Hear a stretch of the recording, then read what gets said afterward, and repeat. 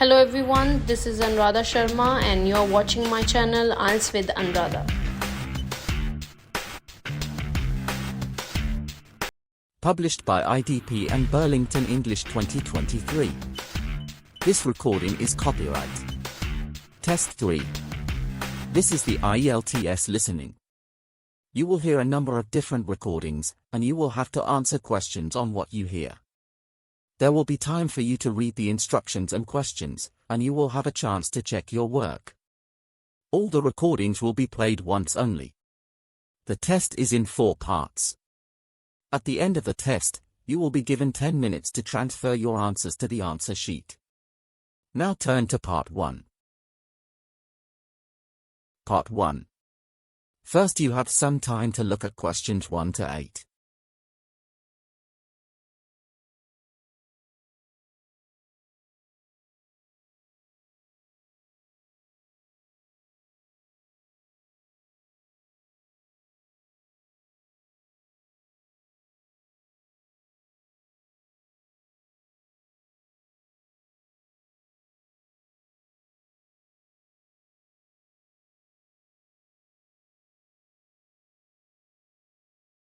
Now listen carefully and answer questions 1 to 8.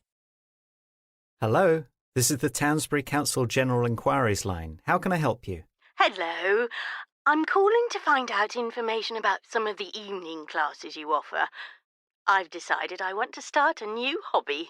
Okay, great. Are you interested in educational skills or more learning for pleasure? I'm looking for something to do in my spare time, so learning for pleasure, I suppose.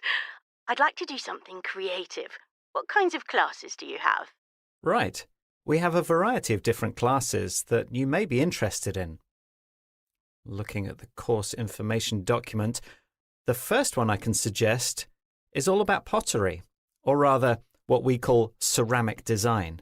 The class is for students who want to expand on their existing knowledge and experience by discovering new ways of designing pottery, so it's not really suitable for beginners. At £85 for 5 sessions on Fridays, it's a rather expensive option, but worth it. Although it sounds great, I've had no experience, so that one's not for me. Is there a class that requires no experience? Yes, that's not a problem. We have our extended course on upholstery. Although the description doesn't say much, in this course you'll learn how to restore old furniture by giving it a new look using different types of fabric. It's a good choice if you're environmentally minded. This one is £300, but it covers 3 months' tuition and includes all the fabrics and materials. It runs on Mondays and Wednesdays. That one sounds very interesting. I'll have to think about it, as it's a big commitment. Another option for you would be our drawing and painting class. This one is special as it's free of charge for 2 weeks and it runs on Thursday evenings. In this class, you'll learn different techniques to help you with your creativity and learn how to get the best out of different subjects. Again, you need no experience for this class. It would be wrong of me not to go to this one because of the price. I think I'll definitely sign up for it. Are there any writing classes? Yes, we have a writing class set up on Tuesday evenings called Creative Writing. This runs for a month and costs just £10 a session. We have a published author taking the class and they will guide you through different styles of writing to help you use your creativity. At the end of the course, there's a competition to get a piece published in the local newspaper. That sounds great. Thank you very much. Before you hear the rest of the conversation, you have some time to look at questions 9 and 10.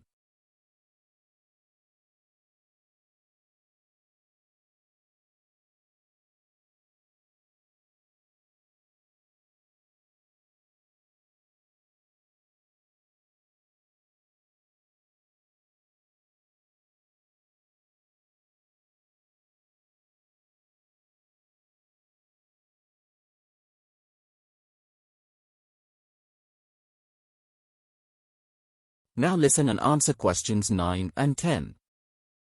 Can I book a couple of classes over the phone with you now, or would it be better to go to the website? It's probably best to complete our online form. OK, great. I'll do that.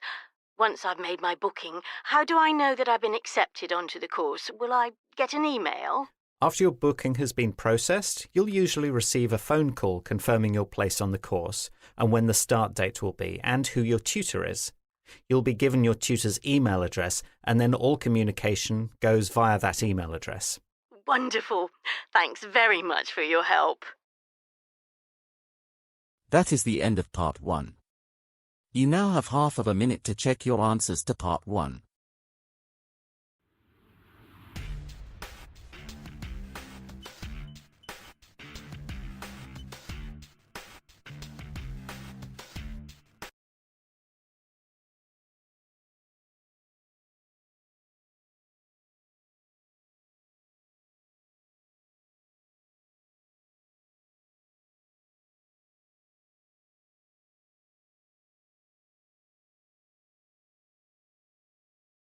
Part 2.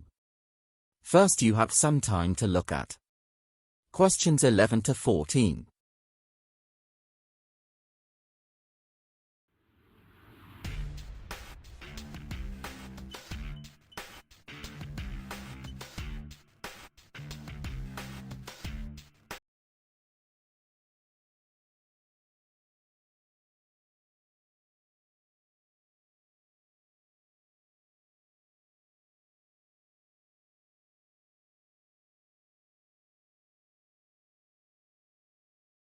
Now listen carefully and answer questions 11 to 14.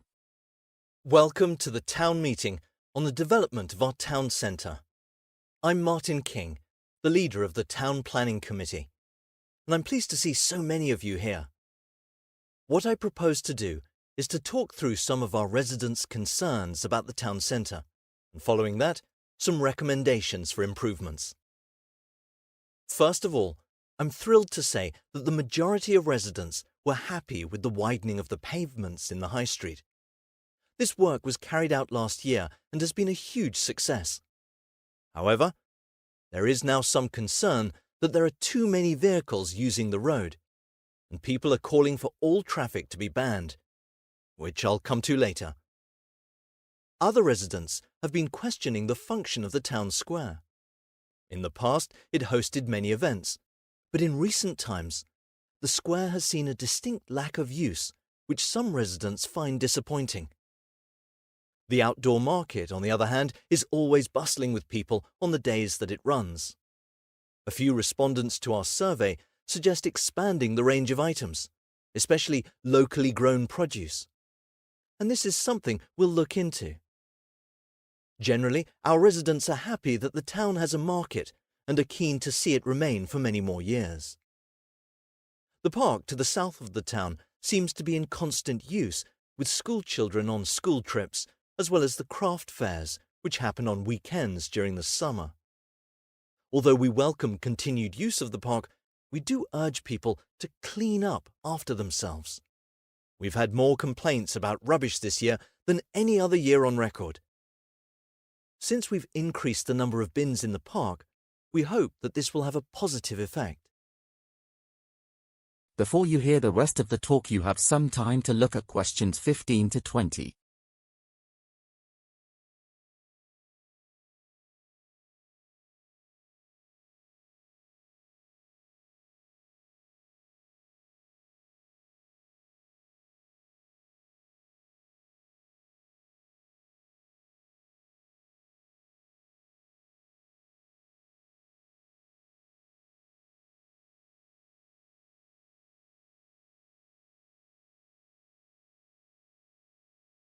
Now listen and answer questions 15 to 20.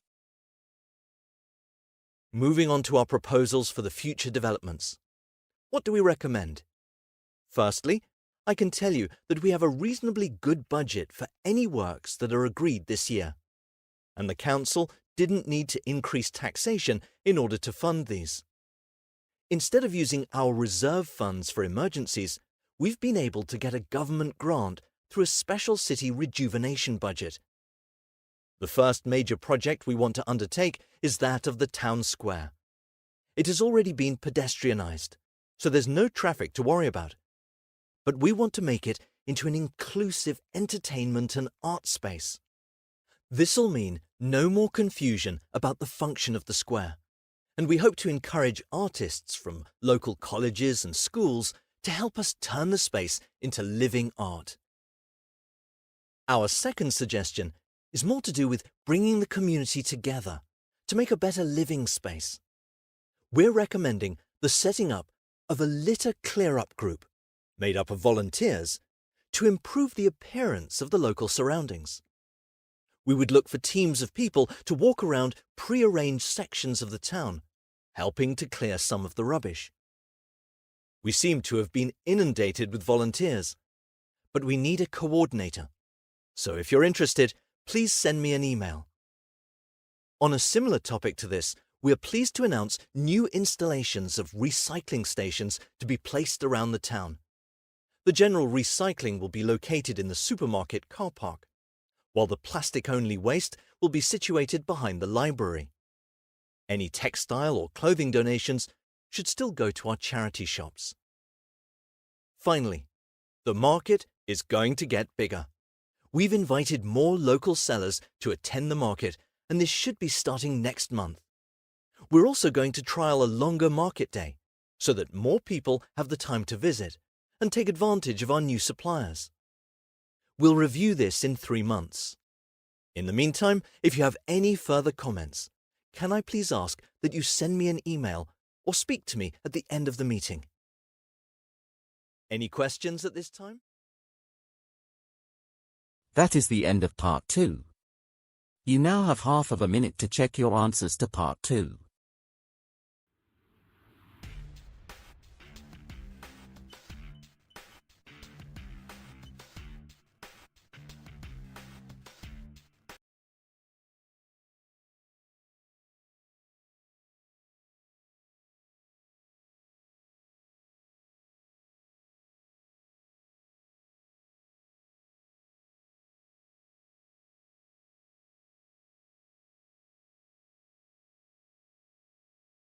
Part 3. First, you have some time to look at questions 21 to 23.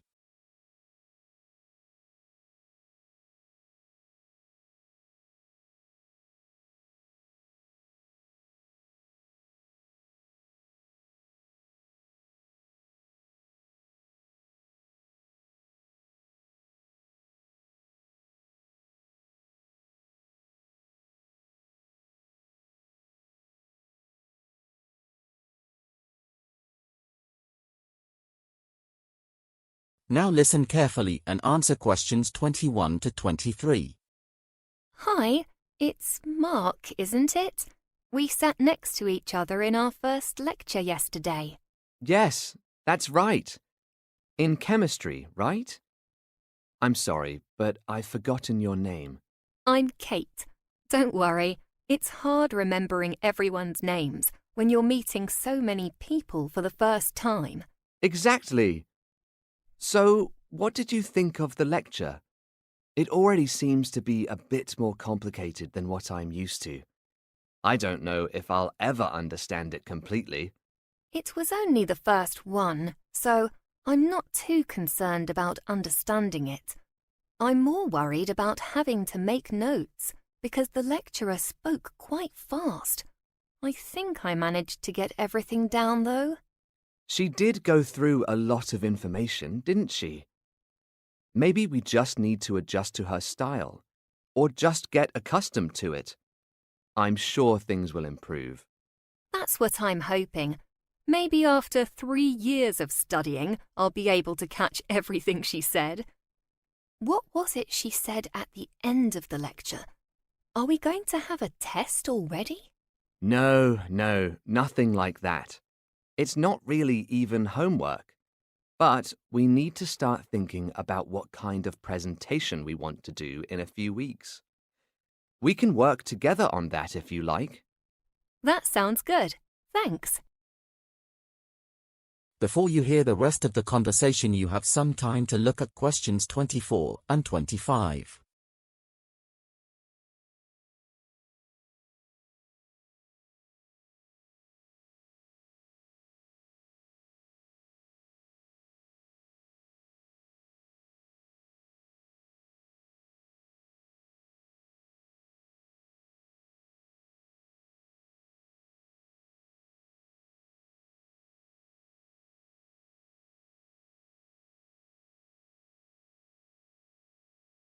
Now listen and answer questions 24 and 25. What other subject are you studying? I decided to take biology because I'm thinking of training to become a vet. Oh, I couldn't study biology even though I really wanted to. I just didn't get high enough grades. So in the end, I chose physics. But not because I know what I want to do in the future. What about maths? Are you good at that? Not really, but I try my best. I'm more interested in the space science side of physics. It's always intrigued me. Besides, my mum is a physics teacher, so she helped to persuade me.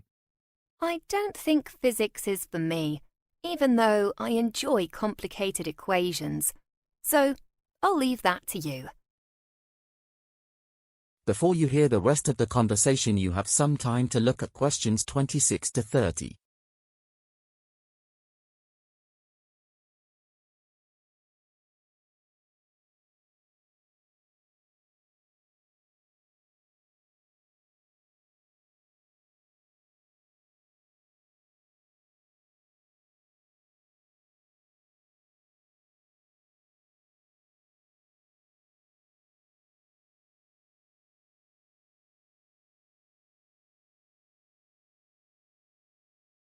Now listen and answer questions 26 to 30. How are you finding things here so far? A little overwhelming, really. It's all new and exciting, but there's a lot to take in. How about you? I'm definitely excited. The halls of residence are an experience. I have plenty of space, but I'm just not keen on sharing a room with another person. I've never done it before, so I need to get used to that. Saying that, though, my roommate is great, and we have a well-equipped kitchen, so we've already bonded over a shared love of cooking. I see. Well, I'm in a shared house with 4 other people, but we each have our own rooms. We haven't really used the kitchen so far. We've just been relying on takeaway food. But it's quite an expensive way of eating. I don't think I could live in halls. It's too close to the university, and I like to be able to cycle to keep myself in shape. I hadn't thought of that. Have you joined the cycling club? I didn't know the university has one. Where did you see that? In our welcome pack. You need your own bike. Okay, that's not a problem. And it's £10 a term, so very reasonable.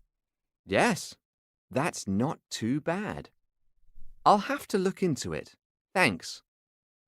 Have you joined any clubs? I joined the creative writing group, but I'm not too sure I'll carry on with it.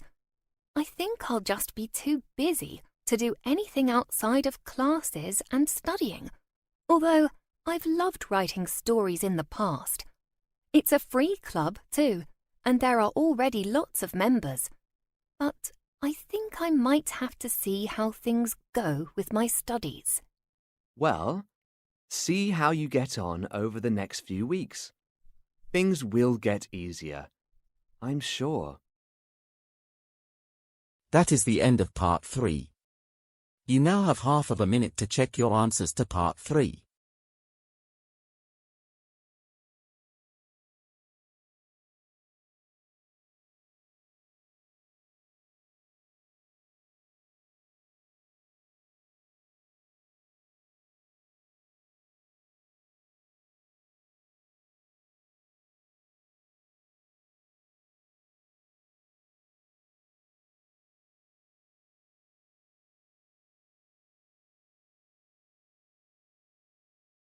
Part 4. First, you have some time to look at questions 31 to 40.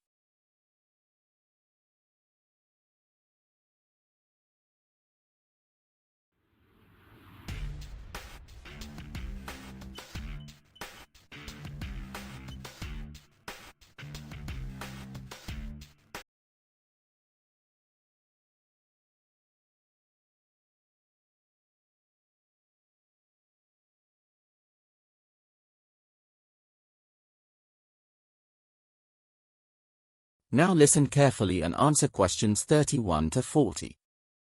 Good afternoon, everybody.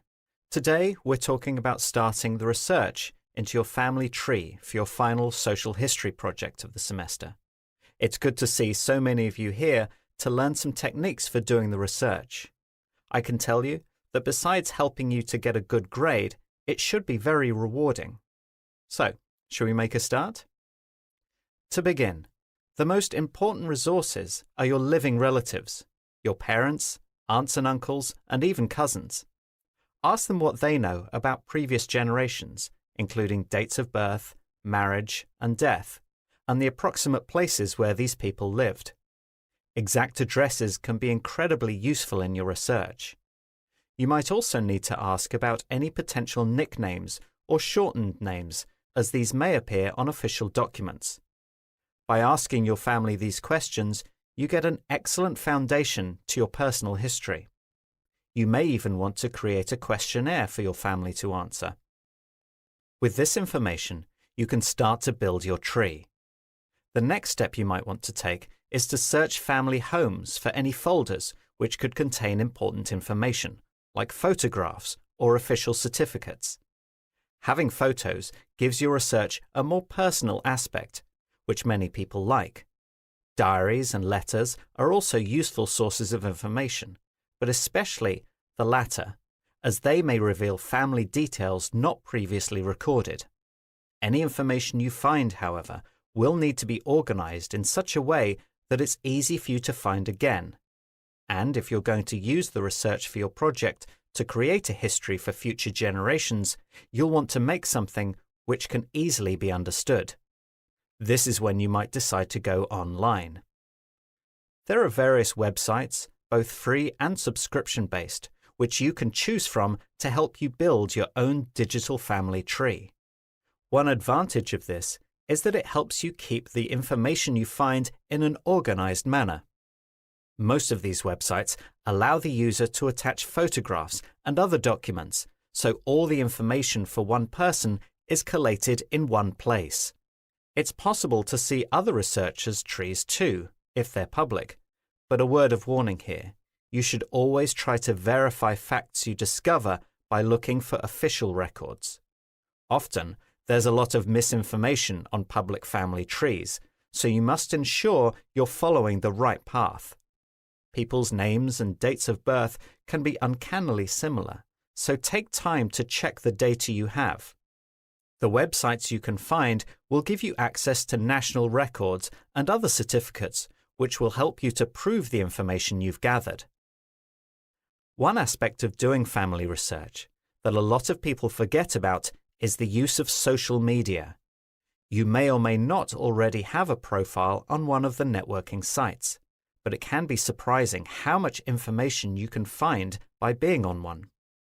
There's a wide range of family history groups and associations that have social media groups for you to join, especially if they're linked to one specific area or locality. You can search for groups related to a specific county or state, and even some that concentrate on towns and villages in your area of interest. In addition to being part of a community with similar aims, you'll be able to get tips from other members as well as being able to give your own. It's more than likely that you'll find other members researching the same family history, and you might find some long-lost relatives. A different or concurrent route to follow would be to take a DNA test. Although these can be expensive, the family historian may find links to places or groups of people that would never have been possible by following a paper trail. Before taking a test, though, you need to make sure that you are fully prepared for any hidden family secrets that may be thrown up by the results.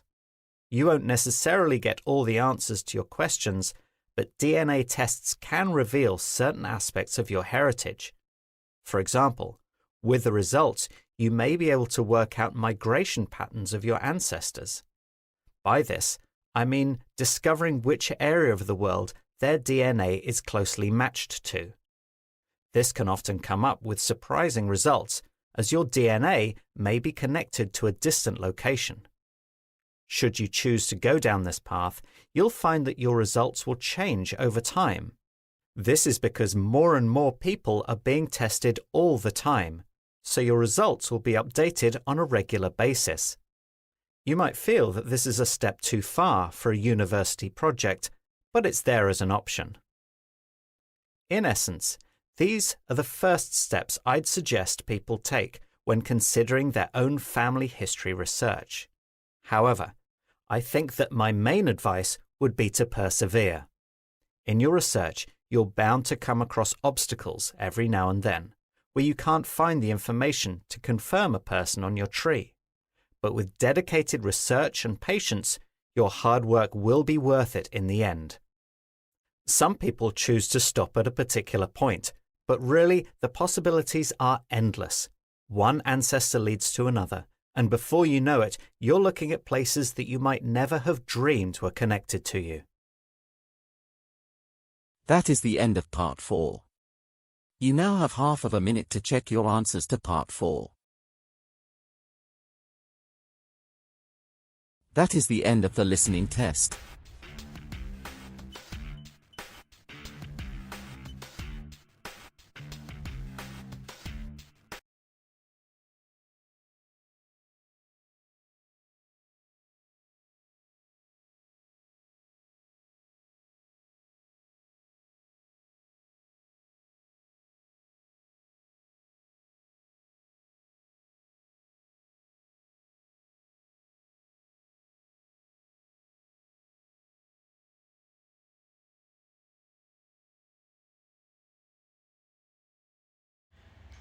Thank you for watching and stay tuned for more videos.